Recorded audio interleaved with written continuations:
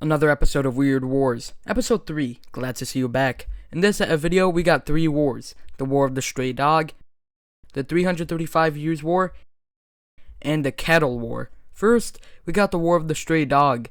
There's 2 versions of how the war began, but they both have the same date, and we don't know which one's factual. Version 1. Version 2. You're in the wrong! Okay, look, it was a complete misunderstanding. You shot our dude! Can we just work it out, please? Your dudes are in our land. Take them out, charge them, say sorry, and give us 30 million bucks. Then after, Greece invaded the town of Petrich. Both sides started attacking each other. Greece didn't want land, but just compensation, while Bulgaria didn't even want war. However, the original UN, which is the League of Nations, stopped it before anything bad can really happen, and Greece had to pay £45,000. So that's funny. Next, we got the 335 Years War. It was between the Dutch and the Isles of Scilly.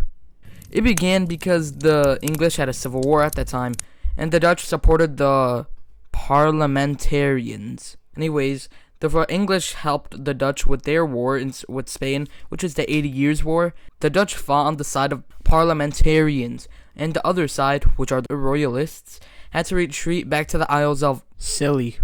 After the Dutch beat them, the war ended, or so we thought. In 1986, 335 years later, some dude figured out that the war was still technically going on, so he contacted the Dutch, and the Dutch signed a peace treaty with Britain. This also technically applies to the Third Punic War, but whatevs.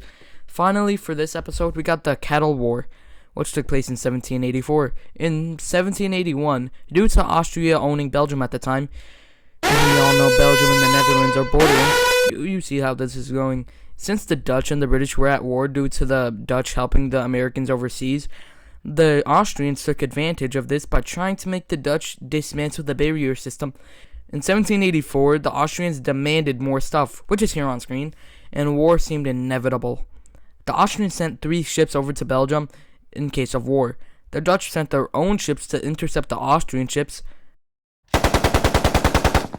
and it hit a kettle. One of the sides surrendered. They declared war on each other.